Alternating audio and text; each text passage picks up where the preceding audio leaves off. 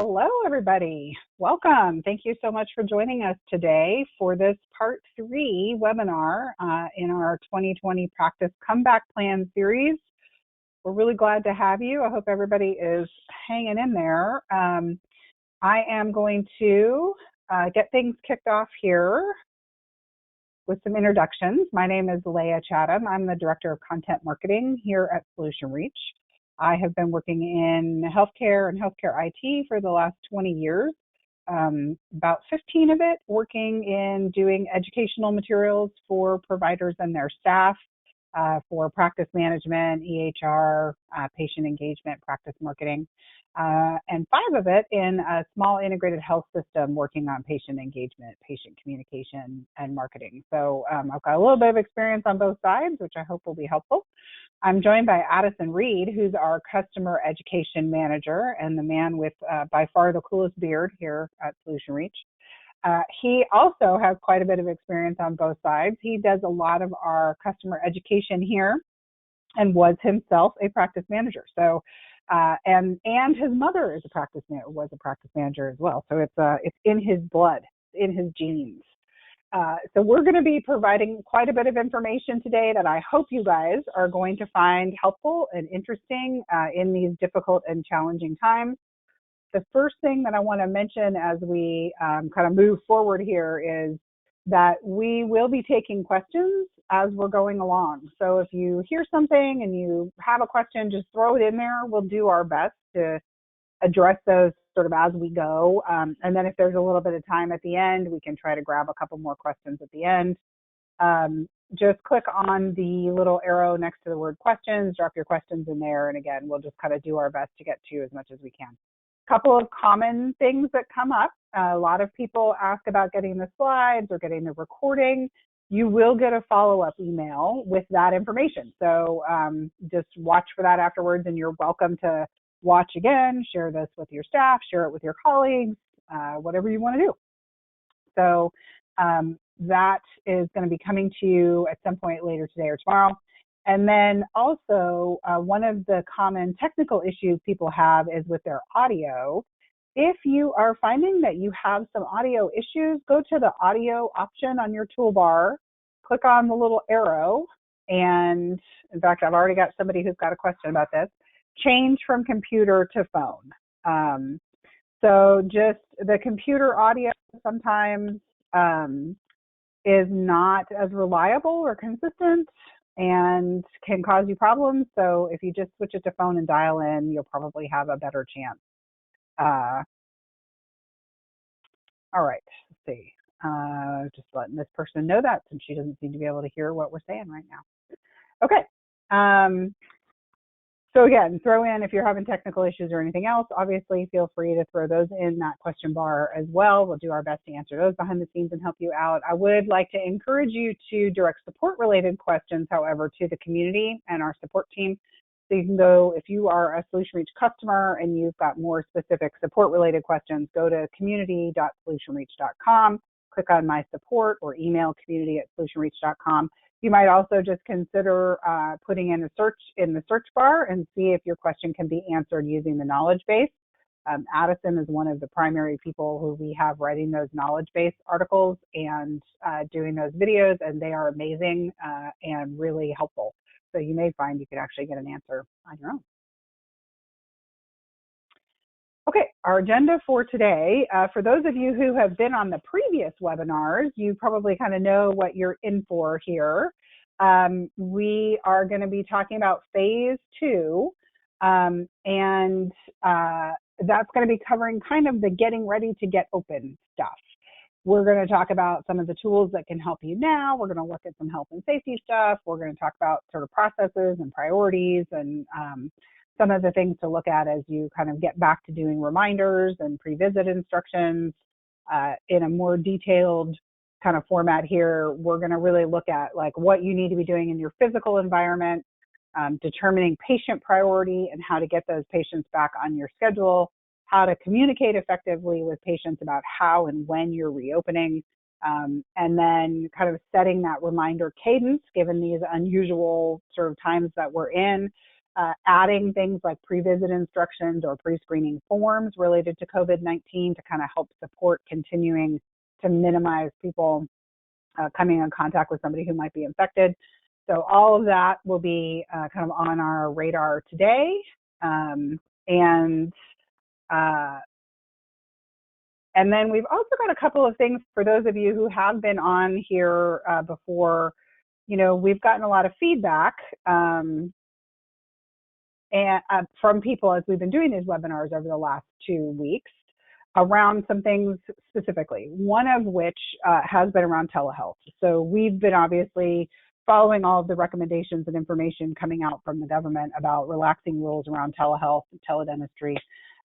And we've been getting a lot of feedback from our customers. So we actually did put out a formal survey just to get a sense of what people were doing and what their needs were. And what we found was that about 55% of dentists had some kind of telehealth solution in place, and the majority of them put it in place at some point in February or after, in response specifically to COVID. And those of you who do have something in place, you are thinking strongly about probably continuing to offer that as a service moving forward. For the 45% that didn't, about a third of them said they are definitely thinking about adding something in the future, and about half said that's kind of a maybe for them. So I think we're seeing across all aspects of healthcare, across all specialties, that there is definitely a huge monumental growth in telehealth and an interest in telehealth that is likely going to continue. In response to that, we had our development team start working on some kind of solution that we could launch. So there is an initial launch, which is going to be followed by quite a number of additional features coming over this next couple of months of SR Telehealth. SR Telehealth is a solution that offers HIPAA-compliant secure video launched from a text message in SR Conversations.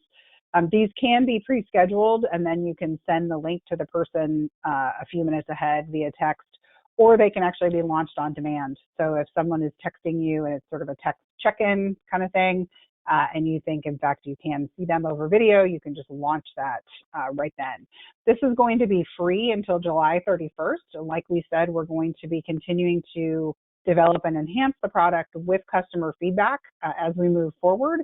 We just wanted to get it out as quickly as possible because it was clear that people really needed solutions. And some people within the group of people who do have a solution are currently using things that are not HIPAA compliant because they have relaxed those rules. But obviously everybody's going to need something that's compliant, moving forward. So very quickly, given that we did develop this based on feedback from customers and the need that was out there, we do want to ask you to let us know if this is something you're interested in, if you would like somebody to follow up with you to talk to you more about it. I'm going to launch a quick poll just for about 30 seconds. Let us know if you would like someone to follow up and tell you more about SR Telehealth, and we'll have them do that. Okay, see where we are in about another 10 or 15 seconds. We still have quite a number of people who are popping in and voting. If we close the poll and you didn't get a chance to answer, or if you're not sure right now and you change your mind and decide, yes, in fact, I do want someone to follow up with me, we did also add a question in the post-webinar survey today that just says, would you like someone from Solution Reach to follow up with you about anything from the webinar today? You can just say yes there as well.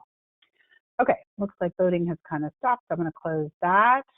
Thanks everyone for doing that. If you did say yes, we will have somebody follow up with you about SR Telehealth and give you more information about that and show you how you can get it set up. The other thing that has come out of these webinars that we have been doing, for those of you who've been here over the last couple of weeks doing this series, is that there are a lot of people who are really worried about being able to get things back up and running on their own. So we have taken all of the things that we put in this comeback program and created a paid service. If you feel like this is something you're not going to be able to do on your own in terms of making sure that everything is turned back on and is turned back on accurately, and that all your messaging and templates have been updated, you can sign up for this paid service. So you get an assigned coach. They will develop a customized plan for your practice. They will make some recommendations and give you some support and help in prioritizing your patients and organizing your schedule. They will also have oversight and be able to actually do some of the settings for you around getting all of your automated messaging turned back on, making edits, setting up templates, making recommendations about the cadence of those communications, as well as setting up group messaging and newsletters for you. And then in addition to that, you'll have access to all of this free education that we're offering now, and all of the free forms and templates that we have for newsletters, emails, and intake. So I'm going to push out another quick survey just to ask if anybody is interested in having someone follow up with them about that service. And again, just let us know if you want someone to follow up and give you more information, pricing or anything like that, and we'll have someone do that. So we just want to kind of, since this has all come out of these events and requests coming from you guys, we wanted to give you a chance to let us know if this was something that you wanted us to call you about. So we'll give you guys maybe another 10 seconds or so. And again, also, if you're not sure and you want to think about it and let us know at the end of the webinar in the survey, that's fine too. Okay. Still looks like we've got a handful of people who seem to be slowing down. Okay, I'm going to go ahead and close that. There we go. Okay. All right, so moving on, let's get back to the content of the webinar and helping you guys plan and prepare for your recovery as we get ready to start reopening here in the face of, you know, some fairly challenging times. So I am going to hand it over to Addison, who is going to start out by talking about how to kind of prep your practice and make it safe for your staff and your patients. Awesome. Thanks so much, Leah, for giving us that great introduction and you know, kind of going over some of the different things we're going to be talking about today and some of the different services that we have to offer. So as we are getting ready to reopen the practice, there's a lot of different things that need to be taken into consideration. From the patient side, we're all patients, right? There are a lot of patients out there who are going to treat this like it's totally normal and they're back to business, right? But there are also a large number of patients who have a lot of concerns about, you know, being exposed to COVID as they return to their, you know, to see their practitioners and their providers for different services. So we really need to do a great job of making our physical environments as safe as we possibly can for our patients as well as for our teams that we work with. So some of this stuff might sound like it's a bit of a no-brainer, but we found that, you know, some people still don't have some of these things in mind. So we wanted to take a moment to mention them in our webinar today. So take some time before your practice is reopening to really thoroughly clean your treatment rooms, your waiting room, any equipment that you use. I mean, this is, I think we've all had those moments where maybe on a slow day at the office, we think, man, we really need to clean baseboards. This place looks a little run down. This is a great time to do that, to really take some time and to you know, take a moment to show your care for the space in which you work and the space in which you provide treatment for patients. And then, you know, along with that, you may also consider designating someone, a member of your team, as some sort of a sanitization technician. They can kind of rove around and make sure they're keeping everyone on their toes about keeping everything clean. And this is going to help make your staff feel a little more safe, but also it will make the situation a little more safe for the staff, and not just rely on how they feel, but this will actually prevent, you know, help to prevent any spread. One of the other things that we are seeing a very large trend in our customers and others in the healthcare industry is creating a virtual waiting room. So what this might look like is having patients, when they arrive at the practice, wait in their car and text you or call you to let you know that they're there. For patients, or excuse me, for customers who may be in a more metropolitan area, big cities, right, where patients may not be using cars to arrive for their appointments at your practice or your clinic. They may be on foot. There's, you know, ways to accommodate that as well. And on this next slide, we've actually created some assets that you can hang on the front door of your practice to help indicate to your patients what you'd like them to do. So if they're in their car, you can have them, please park and text, or if they're on foot, hey, please just form a line 6 feet apart and call or text us to let us know that you're here. And at that point, you can initiate the check-in process if patients haven't already checked in. But this again can help minimize the amount of congregating that needs to happen inside your practice. We recognize that you already have a number of people on your teams. So introducing even more people into those environments, in this case, patients, you want to be careful as you do that and take into consideration some of the different preventative measures that you can do. So along with some of these changes, there are also some physical changes that you may want to do. As your practice, some of you may be open right now and providing emergency services. Some of you may be fully closed down and not providing services at all. But some of the things to think about are in your waiting room, you may want to add some plexiglass in front of that reception area to help, again, prevent transmission between patients and your staff. Contactless payment is another method that is, extremely popular right now. A lot of different practices are looking into this option very heavily so that they don't have to physically interact with, the patient handing over their credit card or the debit card or signing a check or whatever it may be. So if you have an option to make that a digital process, we highly recommend you take advantage of that. And right now is a great time to start learning about that technology or implementing that technology, because chances are you aren't quite as busy right now as you usually are. So take advantage of a little bit more of that downtime to acquaint yourself with these things and to really get smart with the way that you are offering payment options to your patients.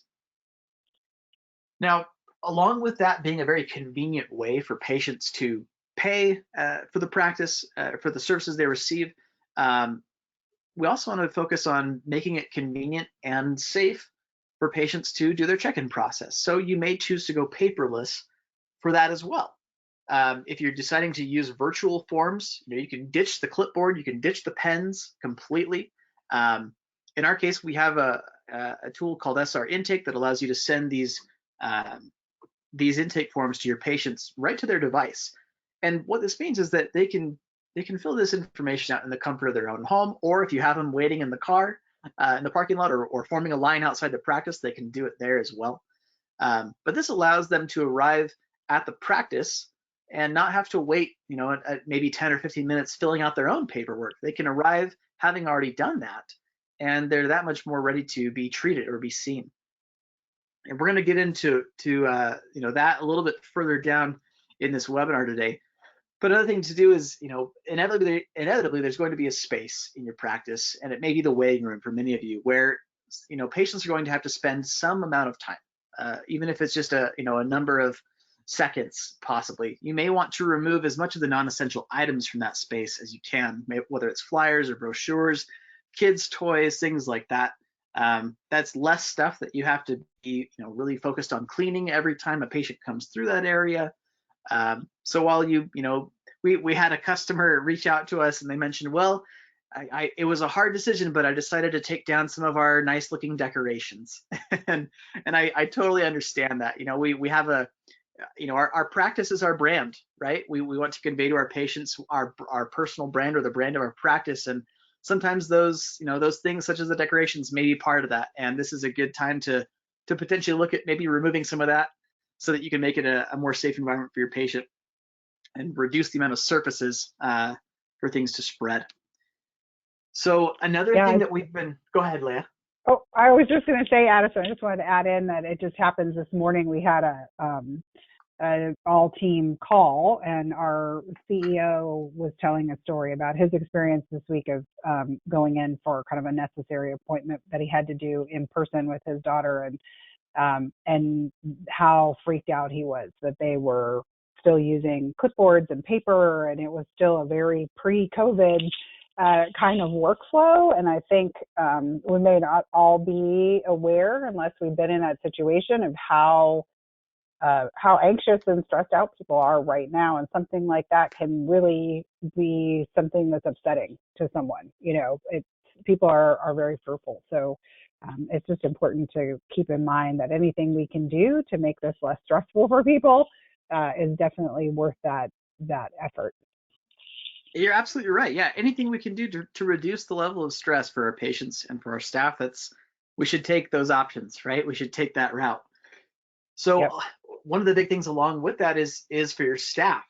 PPE is incredibly important. We know some of you out there may be experiencing issues with supply chain, with actually getting PPE delivered to your practice right now. There are shortages because a lot of these things are being diverted to hospitals and large clinics that are taking care of the brunt of patients that are being infected with COVID. So what we recommend is check over your PPE, look at your stocks, look what you have available on hand.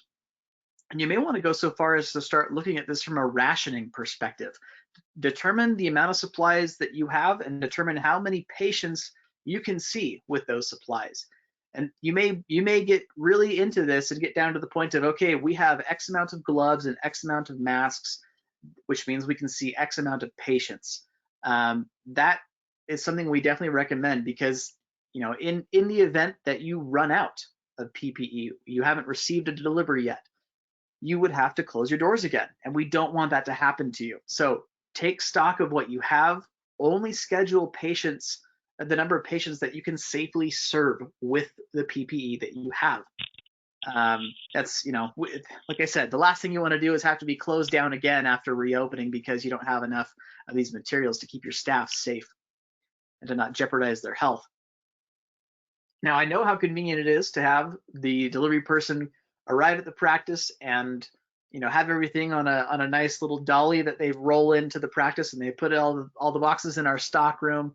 It's incredibly convenient, but you may want to, again, if there's personnel that don't need to come into your practice, you might want to look at reducing the amount of time that they need to be there, or maybe having them deliver outside and have you and your staff grab those items and bring them into your stock room. You may need to even wipe down some of those supplies, some of the different packaging styles that are used, just to, again, do all you can, do your due diligence to prevent the spread and flatten the curve right now. Now, Leah, this next slide, this is your favorite word. This is communicate, communicate, communicate. So I will turn it over to you for this one. It is. This is what my job is all about, teaching, kind of communicating information to people, teaching people how to communicate information to others. I feel like that's what I've been doing for most of my career. So, now more than ever during this period where we've been dealing with COVID-19, communication really is one of the most important things that you can be doing, both for your staff and for your patients. And we'll talk a little bit about both. For those of you who've been in some of these earlier webinars, we have been talking a lot about how important it is for you to keep up a fairly steady cadence of communication with your patients. Not just things like, hey, sorry, we're having to cancel your appointment, or we're having to move your appointment to a telehealth appointment, or we're going to cancel it and get back to you soon about your appointment, but also just those general safety and health information type emails, newsletters or updates on social media. Those really do need to continue. You may have to do that at a more steady pace than you previously did for some time, because every state is different. The process of what may be involved in your state in terms of getting back to work and the information that needs to be communicated to patients is going to be different. And really, you are one of the best sources of information for your patients. So really, really important to keep up that regular cadence of communication about what do they need to know right now. And explaining things like how the PPE works. Do you want them to, be wearing masks or gloves when they come in? Do you want them, giving them information ahead of time about their appointments? Do you want to do the virtual waiting room and let them know, hey, when you pull up, you're going to stay in your car, you're going to text us. When you come in, we're going to probably ask you to wear a mask and gloves. Any of those kinds of things, you want to prepare patients for that and communicate so that nothing comes as a surprise, right? Nothing is scary, and that they know why you're doing all the things you're doing to protect them, to protect your staff, to make sure everyone is safe and can get the care they need.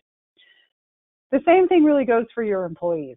It's a scary time for employees. We're starting to see some studies coming out talking to different groups within healthcare, like nurses, who are saying that they do not have the PPE they need, or the PPE resources are limited, that they're worried about, exposure and exposing their families. these are not unfounded concerns for people who are on the front lines in healthcare. I'm sure many of you, like a lot of dentists and vision providers and healthcare medical providers, have staff working to some degree right now because you may be seeing people for emergency care, or you may be providing some services over telehealth and needing to have a staff person in the office. It's really important to be aware of how stressful that may be for your employees too. So, and specifically for employees who might be at high risk, just like you have high risk patients, you may have high risk employees. So it's important to be thinking about all of the ways that you can help protect them. Possibly it is only having employees who absolutely have to be in the office or in the office, and anyone who can do their job from home, like someone who's in billing can do their job from home. Trying to stagger employees, maybe just having a one person there at a time, or only two people that you can socially distance to some degree, maybe the same two people every time so that you're not mixing all your staff up together. You really think about how you're going to schedule your staff. And then if someone does get sick, obviously following all of the recommendations around how you deal with that and communicate that and support that team member. And ideally holding pretty regular staff meetings and one-on-one meetings with your staff to make sure that you are hearing that feedback from them, that they know they can talk to you if they're fearful, stressed out, worried about anything. Encourage them to share with you, share their ideas. Also, be flexible, because most people's kids are home from school for the rest of the year. This is a challenging time. It's hard. It's going to be hard for people to be working. Families are going to be sort of in difficult circumstances. So anything you can do to work with your staff around flexible scheduling and supporting them as they try to deal with all these other factors, these are important. So just communicate, and do everything you can to really support both your patients and your staff at this time. And we do have someone asking if you can get hazard pay right now if you're in dentistry or healthcare. That's a good question. I actually don't know. I have not heard in any of the webinars that I have attended or that I have hosted or co-hosted, that has not come up as being an option. Now, there are a lot of resources that are being put in place. If you have an employee who does get sick, who has COVID, there's resources in place to make sure that they can get paid or get money during that time. And obviously there's some resources in place to help your practices right now in terms of the extension on the small business disaster relief, the Paycheck Protection Program, which should be refunded again here as we get into next week. There's also another program through the Fed, which provides some short-term loans for small businesses. There's quite a lot out there in terms of support. I'm not entirely sure about that question. What I would recommend is anyone who has specific questions about any of those financial support programs or any of the regulatory changes going on right now, or anything else related to human resources management or business management, talk to your lawyer, talk to your HR person, talk to your accountant. Use those resources, because now more than ever, as things change quickly back and forth and there are different options available, something that's not available today might be available in 2 weeks, and vice versa. So tap into your professional resources. And if you don't have access to the kind of professional resources you need, I strongly recommend looking to your professional societies. So the American Dental Association would probably be my top recommendation there. They are developing huge amounts of content and information to try to support you guys during this time in areas like that are kind of outside of what individual groups like Solution Reach or your EHR or PM vendor specialize in. All right. So moving forward, I think this is sort of our last thought here, which I'll let Addison touch on. Yeah, Leah, you've hit on some great things when they're, across the board, there are a lot of questions that a lot of us have. And, one of the questions that we think, we try to convey through this webinar series that you should be asking yourself is, are we prepared for the time when we reopen? Do we have all of our ducks in a row? And we completely understand. I mean, we really do. Leigh and I have both been in the trenches. We know what it's like to be in a practice. We understand the draw and uh, or sorry, I can't put two thoughts together for a second. We understand the draw and the purpose and the importance around getting back to business as quickly as possible. We totally get that from a financial standpoint, from a patient relationship standpoint. But we highly, highly, highly recommend that you wait until you are ready before reopening. Because if you reopen and you don't have any practice, or if you don't have any, man, I'm at a loss for words today, Leah. If you reopen and you don't have You've just process, been doing too many of these. that's right. You don't have any processes in place. All the ideas are melding together in your head. They are. Man, I'm going back into my office manager mode. If you don't have any practices or there, I did it again. I'm sorry, everyone. Thank you for bearing with me here. If you don't have any processes in place as you return to being open and being able to treat patients, normally, or somewhat normally, this is a bit of a new normal, you are going to run into some problems that you aren't prepared for. And that can make your patients lose faith in your practice. That can make staff lose faith in whoever's leading the practice. We don't want that to happen. We want you to come at this as prepared as possible. So just because some of those guidelines are relaxed, it doesn't mean you have to reopen immediately. And we're going to talk about some of the other things you may want to do, some of the other processes and priorities you may want to do and put into place prior to reopening. Thanks for letting me stumble over my words there. So determining patient priority. Deep breath. I know, lots of it, lots of deep breaths.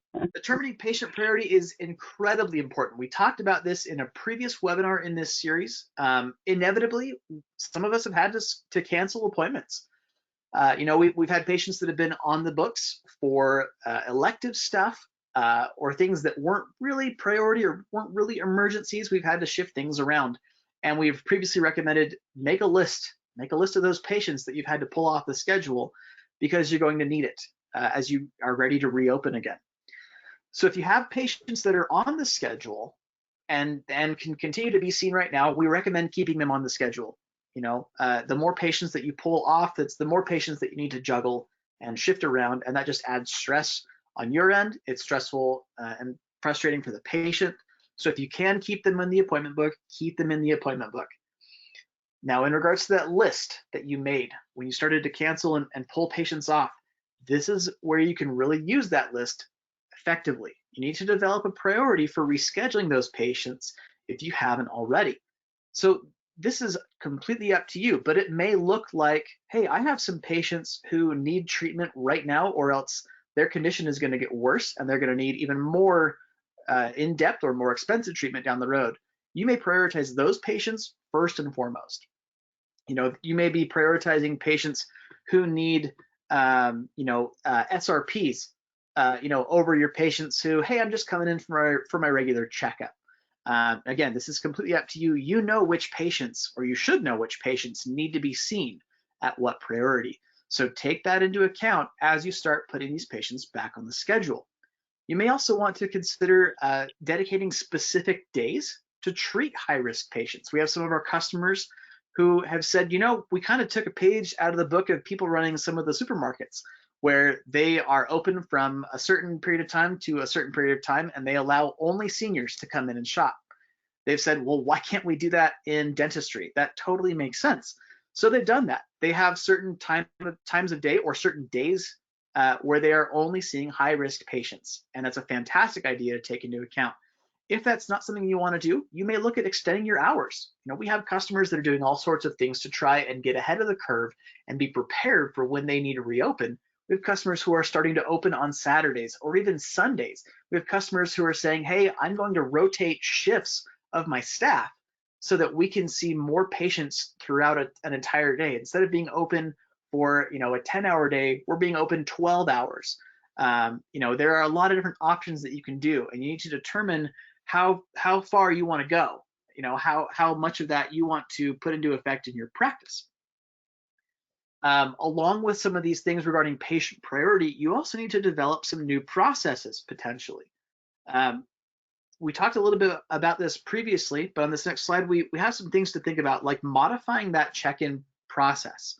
If you have a waiting room, we have some of our customers who have decided, yeah, we don't want people congregating in our waiting room. We are going to lock our front door, and we're going to use that sign that we put up a little bit earlier on some previous slides. We're going to put that sign up and say, hey, just let us know when you're here by sending us a text or calling us, and we'll take note of it, and we will text you or call you back to let you know when we're ready to see you. But in the meantime, please wait in your car, or please form an orderly line 6 feet apart from other patients outside the door.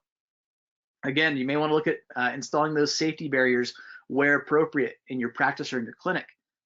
Some of our customers are even saying, I want to go so far as to decide who will attend the visit with the patient. They're saying only the patient can arrive, or only the patient and one necessary caregiver. Or if it's a family affair, right? Hey, instead of having everyone come in as a big family, we typically love that. We just can't do that right now. We can only have the patients who are being seen and their parent or guardian arrive with them. We want to keep you safe. We want to keep our staff safe. And that's another thing, just to reiterate what Leah was saying about the communication side. Whatever procedures or policies you decide to enact, they will most likely be temporary. You may elect to have them carry over, as we continue to move forward past this COVID-19 period of our lives. But if you can educate your patients and your staff and help them understand the purpose behind some of these changes, that will go so far into making them more comfortable with those changes. Another thing is, like we talked about with deliveries or with people who are coming in to try and sell new equipment or new items to your practice, you may want to limit. This is a fantastic time to say, hey, we don't want to have you in our practice because we want to keep you safe. We want to keep us safe. We want to keep our patients safe. So if you need to reach out to us, if you're a delivery person, please just leave our things by our back door. If you're a salesperson, please just treat us with a phone call instead of coming into the practice. We'd really appreciate that. And like Leah tackled earlier, you may be asking patients to wear face coverings or other protective items where possible. And that's again completely up to you, but we recommend taking some of these things into stock as you prepare these procedures or these policies. Now, inevitably, as we reopen, you're going to see patients who have had COVID-19 and have recovered. And this is where it gets really, really important to take into consideration those patients, because it's going to happen to every single one of us. So we recommend that you ask every single patient if they have tested positive for, or if they currently have symptoms of COVID-19 before the visit. Use that as a pre-screening opportunity. And we're going to talk a little bit about that in some upcoming slides on some different ways you can leverage that. But ask those patients before they arrive if they are, have tested positive or if they have symptoms. Some customers are going so far as to take temperatures of patients in their car or in that line outside the practice before they even allow them inside the practice. Again, it may be a bit of a strange time for patients thinking, my provider has never done this before. This is kind of weird. Help educate them, help set them at ease. Do what you can to communicate the reason why you're doing those things. And if you can tie that into helping them understand that you're doing it to keep them safe and to keep your staff safe, that will go so far into helping them realize that you really do care about them. Some of you may be wanting to go so far as to look at the patients who have been exposed to COVID-19 and have recovered. You may want to reach out to their family practitioners and say, can you please provide documentation stating that this patient has indeed fully recovered? They have, waited I believe it's the 14-day period, or received whatever other applicable treatment, as necessary before you allow them to be seen at the practice. Again, taking extra steps and cautious steps to keep your staff and your patients safe, it goes for miles. As far as the scheduling process, Leah, I want you to weigh in on this because you have experience that we want to dive into and use. I I know that it's really, really enticing to stack appointments and get as many patients in there as possible. Why don't we want to recommend that right now?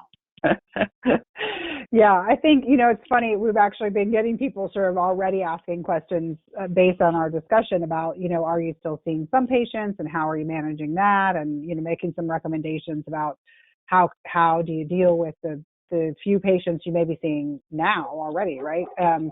And and as you reopen, it is going to be tempting, like we said, to just be like, man, let's get all those patients in there. But this is probably going to be a fairly long and staggered reopening period. There may be some areas where we see a resurgence of COVID-19. Everyone is going to have to really take a lot of precautions here.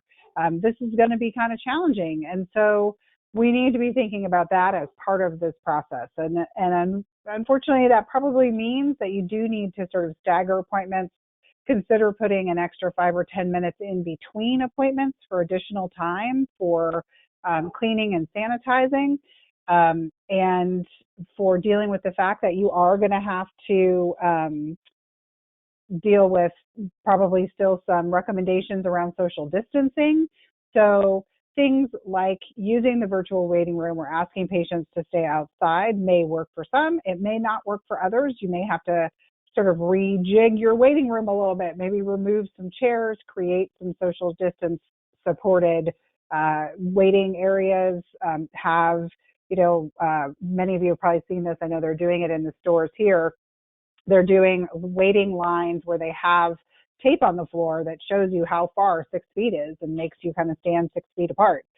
You may need to do some things like that. You may need to consider only using certain chairs so that you can make sure that there's plenty of space in between all of the patients, or staggering those appointments as well, or switching between chairs may make it easier for you to sanitize one and use another one, switch back. So you're going to have to really think about all of that in terms of how can you continue to support social distancing, minimize the number of patients who are kind of on top of each other, in that sense, make sure that patients are not congregating.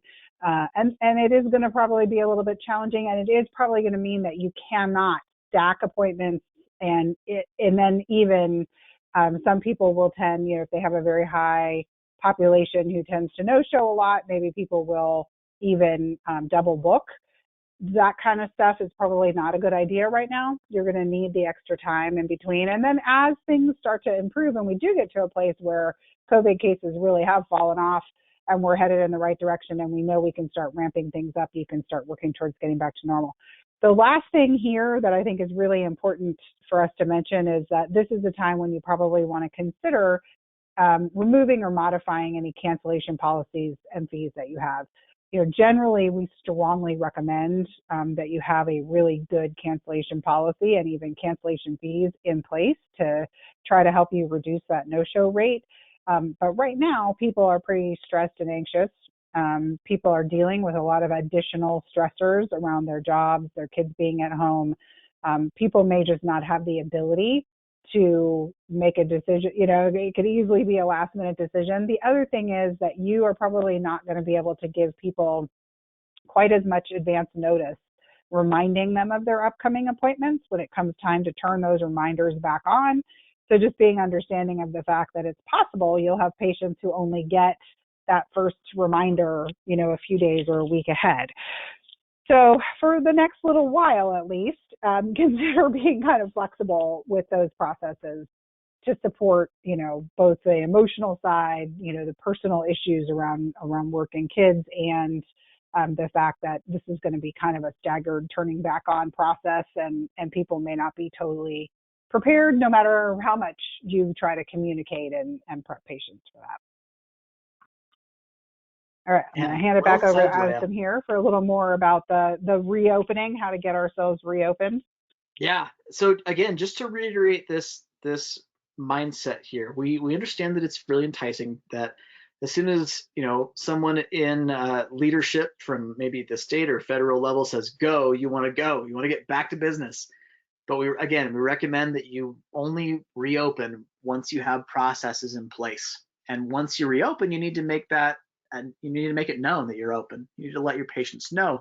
pull every lever that you can, whether it's sending messages out through text, through email, updating them through social media, updating your website, even going so far as to update the voicemail message on your phone for patients that will inevitably call in, letting them know that they can again be seen for treatment. So if you're confident in the processes that you already have in place, and the processes that you've already worked to put in place, you may feel very comfortable and confident about reopening. If you don't have any processes, we recommend you take a moment to create some and create the necessary ones so that you can feel more confident as you reopen. So with other changes, and Leah touched on this briefly regarding your appointment reminders or even pre-visit instructions, those cancellation policies, they are really important in normal times. They're really important to help reduce the amount of no-shows and cancellations that your practice experiences. But right now, you may temporarily want to suspend those or modify them so that you can be a little more accommodating to your patients. But you still need to make sure that you're doing as much as you can to increase that confirmation rate. So this is where you can apply the 3-3-3 cadence. Now, 3-3-3 is something that we have developed here at Solution Reach. This is backed by data. We've been open for doing business for 20 years, and we used our data in those 20 years to come up with this. And this refers to sending out appointment reminders 3 weeks, 3 days, and 3 hours prior to an appointment. Now, for the time being, you may want to modify that weekly reminder. You may not want it to go out 3 weeks ahead of time.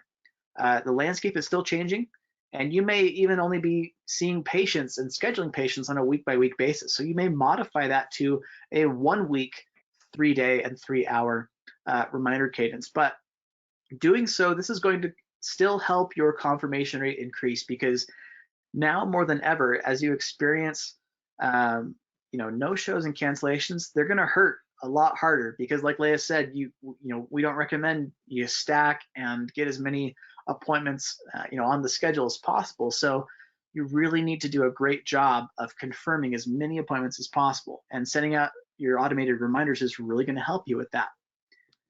With pre-visit instructions, we term these pre-visit instructions as messages that are sent out at the same time as an appointment reminder. This is a fantastic opportunity to add in some messaging that can help with pre-screening. So here's a great example. If they're experiencing some symptoms, please contact the practice before they arrive for their appointment. This gives you a chance to get ahead of the curve. If a patient has some questionable symptoms, you can route them or direct them, applicably, depending on their situation. And for those of you who are Solution Reach customers, we have some links here. You can't click on them right now, obviously, during the webinar, but we will be sending out a copy of these slides, and you'll be able to click on these links, and they will take you to instructional articles of how to tackle this on a step-by-step basis. So another method you can use for the pre-screening technique is, again, using some sort of intake process that is supplemented with a pre-screening form. For those of you using our intake process, using SR Intake, we have created a system questionnaire with COVID-19's symptomatic questions. You may also decide to manually send a link to any online screening questions that your practice has already created prior to the appointment. We're also going to be including a printable questionnaire that you can use if you have still decided to use pen and paper to have your patients fill out their intake forms. This is still a very useful technique to, again, pre-screen as much as you can so that you're reducing exposure of your patients and your practice and your staff to anyone who has had a run-in with COVID-19. Leah, I think I'm turning it back over to you. Yeah. Thank you so much. Boy, I feel like I kind of get something new every time that we do this, because there's always, I think Addison and I both sort of, as in between webinars, we think of other things where we're like, oh, we should give that example or share that information too. So it's kind of exciting to do this each time and hear all of the different questions and be able to provide more information and respond. It's so great. So we are coming to the end. I do want to mention a couple of things. One is many of you have asked if you're going to get the slides and the recording, and yes, you will, which is great. And also, I wanted to mention that if you are interested in learning more about that 333 reminder cadence, we actually have that white paper in the handouts here in the toolbar. So if you go to handouts and click on that, you can download that. And it gives you kind of more details about the data behind that and the research that we did to get that kind of best practice cadence there. The final session for this series will be next week. So if you are not already registered for that, you should definitely check it out. I think it will provide some great information about kind of the end piece of this, which is about how to thrive going forward after we kind of get through this very up and down kind of difficult period of being closed or partially closed, followed by kind of a scaled process of reopening. And then obviously everyone's really going to be trying to make back a lot of the losses and try to get themselves back to a point where they're really on growth mode, and thriving heading into the rest of the year and 2021. So that will be the focus of that. And then, as we mentioned at the beginning of the webinar, we do have some new services, tools, and resources that have come about as a result of doing this comeback series. That includes SR Telehealth and the Practice Comeback Service. If you did not respond yes to the polls that we did earlier in the webinar, but you would like someone to follow up with you about those or about any of the other things we've talked about today, like SR intake or SR pay, you can say yes in the survey as you exit the webinar, and we will make sure that somebody follows up with you. Now, I noticed that we do have a few more questions coming in, and we've got a couple of minutes, so it certainly can't hurt for us to hit those. I'm going to put up the contact information here for customers and non-customers if you find later that you need to follow up with someone, and we'll try to answer a couple of these. So Addison, we've gotten some questions about SR Pay, and one of them is, can people use SR Pay ahead of time to collect deposits or co-payments for visits prior to people coming in? Yeah, and I know, Leah, you definitely probably want to weigh in on this as well, but yeah, absolutely. SR Pay, you can send these payment requests directly to a patient, through to their device. So as a patient myself, I love having this option to be able to pay right from my phone. I think of it in the same way as I gotta go fill up my car with gas. I hate having to walk into the station. I want to be able to pump my gas, pay right there, and head back out on the road. This allows your patients to do the same thing. They can pay right from their phone. It's extremely convenient. They just click a little link in a text, and you indicate how much is due, and they can pay. It's in a matter of minutes, really. But anything that you wanted to add on that, Leah?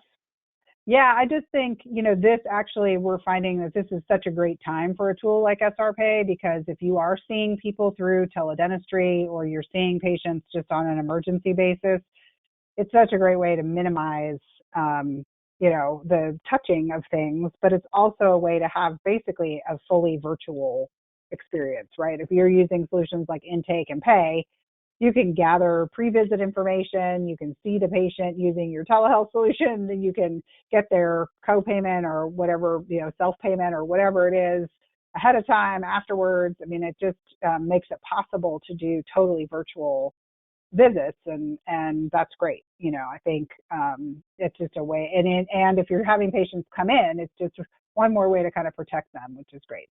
And we're having a lot of people asking about the fees for SR Pay, which are really just the transaction fees, you guys. So it's like you sign up for SR Pay, you do have to create a merchant account, and then it works a lot like other merchant accounts where you're essentially paying transaction fees to be able to have people pay through that tool.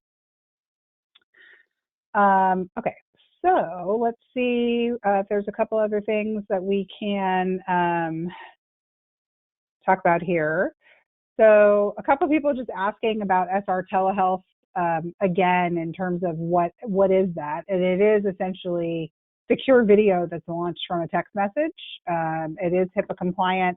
I would just encourage you to let us know if you want somebody to follow up, and they can really walk you through all the features on that. Oh, Addison, let's see, we've got a couple more minutes. Here's a good one for you. We've had this come up a few times. But what are your recommendations on sort of when people should think about turning their reminders back on in terms of timing around when they have a sense of when their practice is going to reopen? Fantastic question, and kudos to whoever is thinking ahead like that. That is the right mindset to have, because if you decide, like, let's say I decide to go back to work next Monday, and that's the same day I decide to turn my reminders on. Well, that doesn't do me any good because it's not helping to confirm appointments ahead of time.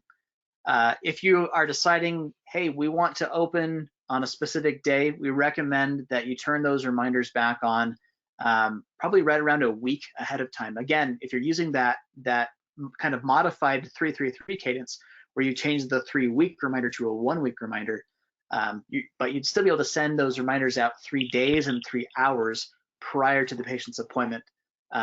So again, that's, if all you can send are those 2 instances of a reminder, that's still 2 touches that are done, through an automated means. It means you don't have to pick up the phone and confirm.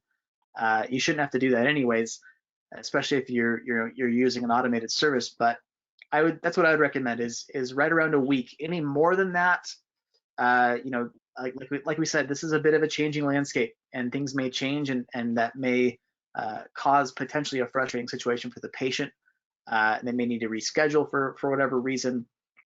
So yeah, right around a week, I think, is when I would turn them on. Awesome. Okay, so we had somebody ask if we can give you guys CE credits for today's webinar for this series, and unfortunately, we're not able to do that. There is a process for getting approved for that kind of thing. It's fairly cumbersome, and we pushed this out so quickly that just was not really an option for us in terms of being able to do this. However, as we have mentioned, I think in most of these webinars, this is a great time to be taking advantage of any kind of education, whether it's stuff like this that really is just helping you kind of get back on your feet, or encouraging your staff to go out and do their, do their CE courses through whatever means they have available to them to be able to get that stuff done while people are working part-time or are furloughed or whatever. It's a great time for doing education.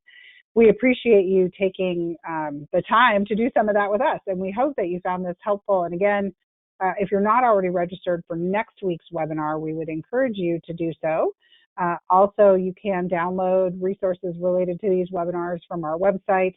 And again, on your way out in the survey, we would love to know if you have other questions that have come up for you in addition to the stuff we've kind of talked about here, or other topics that you feel are really needed right now. Let us know in the survey. There's some questions in there about that. We are looking at what other content and education we can provide in terms of webinars or downloadable content, as well as the possibility of doing some more Q&A type webinars where we try to address all those other kinds of questions that we're getting from people. So definitely, take advantage of letting us know what we can do to support you and what else we can share in terms of topics or questions, and we will do our best to find some ways to get that content out to you, whether that's more webinars or our short videos. If you've not ever seen our short sort of FAQ videos, those are a great resource too. We're working on a lot of those to try to answer some of these questions. So let us know what your questions are. Let us know what topics you're interested in. We will continue to try to provide you with great content as we all work our way through this challenging time. So thank you so much, Addison, for joining me on here today to talk to everybody. Absolutely. And thank you, everybody. It was a pleasure. Yeah, it was great. And thank you, everybody, for joining us, and hang in there, everyone. We know this is a tough time, and we're all in this together, and we'll do our best to continue to try to support you in whatever ways we can. Have a great day, everybody.